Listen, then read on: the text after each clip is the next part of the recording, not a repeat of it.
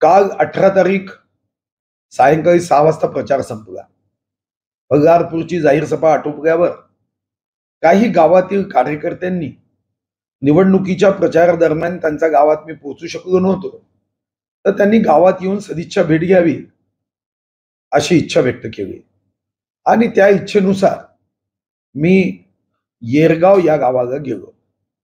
एका कार्यकर्त्याच्या घरात आम्ही बसलो असताना आम्हाला कोसंबीवरून फोन आला की तुम्ही येरगावमध्ये जसं कार्यकर्त्यांच्या सोबत चर्चा करत आहात, संवाद करत आहात, त्यांच्याशी बोलत आहात, तर कोसंबी या गावातही आपण यावं.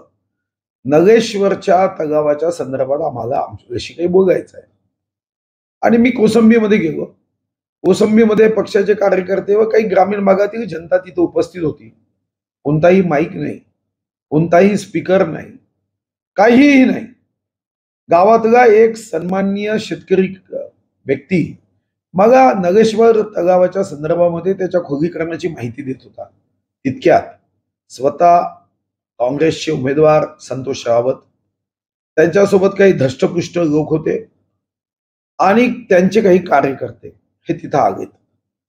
मी त्यांना विचारलं की तुम्ही माझ्या कार्यकर्त्यांच्या या संवादामध्ये तुमचा काही आक्षेप असेल तर तुम्ही निवडणूक आयोगाशी माझी तक्रार करू शकता, पण मी स्वतः लॉ ग्रॅज्युएट आहे. या निवडणुकीच्या जाहीर प्रचारानंतर कार्यकर्त्यांना भेटता येतं आणि म्हणूनच बूथवर सुद्धा 25 कार्यकर्ते एकत्र बसतात. यावर कोणतीही बंदी नाही. कोणतंही जाहीर प्रचार, पोस्टर, पॉम्पलेट किंवा स्पीकर लावून मी ही बैठकीत बसलो नाही. आमचे कार्यकर्ते आहे, कार्यकर्त्यांसोबत त्यांच्याशी संवाद करणं ही माझी जबाबदारी आहे, माझं दायित्व आहे आणि मी ते करतोय. तर ते तिथून हटायला तयार नव्हते. मग त्यांनी तिथून धक्काबुक्की सुरू केली. कारण नसताना गुंडागर्दी सुरू केली. मला पोलीस जे माझ्या सुरक्षेचे आहे त्यांनी कवच केलं, पण मला कवच जरी झालं, मला धक्काबुक्की करण्याचं त्यांच्या मनात जरी असलं तरी पोलिसांचं कवच असलं ते माझ्यापर्यंत पोहोचू शकत नव्हते. त्यांनी जबरदस्तीने धक्के मारले, पण ते धक्के मारल्यानंतर मात्र गावकरी आणि त्यांच्यामधला संघर्ष सुरू झाला. मी त्यांना वारंवार सांगत होतो की तुम्ही काही गुंड प्रवृत्तीचे लोक घेऊन आला आहात आणि या अगोदरही तुमच्याबद्दल जनतेच्या मनात हा भ्रम आहे की तुम्ही दादागिरी करता, तुम्ही कारण नसताना करू नका. असं जर केलं तर कायदा आपलं काम करेल. तुम्ही तुमचा प्रचार करा, मी माझा प्रचार करतोय, माझा कार्यकर्त्यांशी मी भेट घेतोय, तुम्ही तुमच्या कार्यकर्त्यांशी भेट घ्या. पण माझ्या कार्यकर्त्यांच्या बैठकीमध्ये असा उद्दामपणा तुम्ही करणं हे अयोग्य आहे. आणि जेव्हा त्यांनी महिलांवर हात उचलला, महिलांची धक्काबुक्की केली, त्यानंतर मात्र मी पोलीस अधीक्षकांना थेट फोन केला, पोलीस अधिकाऱ्यांना थेट फोन केला. पोलीस अधीक्षक आल्यानंतर मी त्यांना विनंती केली की तुम्ही गावकरी इथं आहेत किंवा कार्यकर्ते इथं आहेत, त्यांच्याशी बाजू ऐकून घ्या. त्यांना या ठिकाणी येण्याची गरजच नव्हती. हा कार्यकर्त्यांच्या बैठकीमध्ये त्यांनी येण्याचं कारण काय? आणि दुसरा मुद्दा, जर तुम्हाला संशयास्पद काही वाटलंच तर तुम्ही धक्काबुक्की न करता तुम्ही निवडणूक आयोगाला तक्रार करू शकला असता.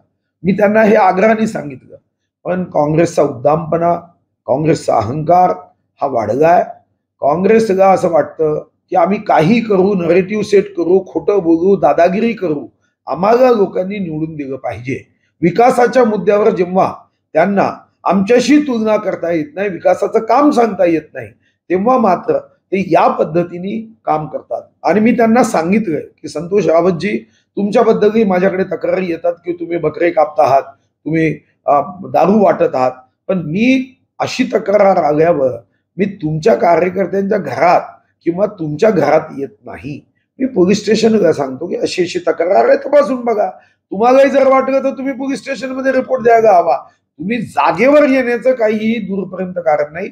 आणि ही दडपशाही, हा आतंकवाद हा कधीही कार्यकर्ता सहन करणार नाही, जनताही सहन करणार नाही. त्या कोसंबी गावातील लोक अतिशय चिडून गेलेत यांची ही कृती आणि आचरण पाहून. ही दादागिरी ही भारतीय जनता पार्टी आणि विशेष करून महायुती आणि जनता सहन करणार नाही.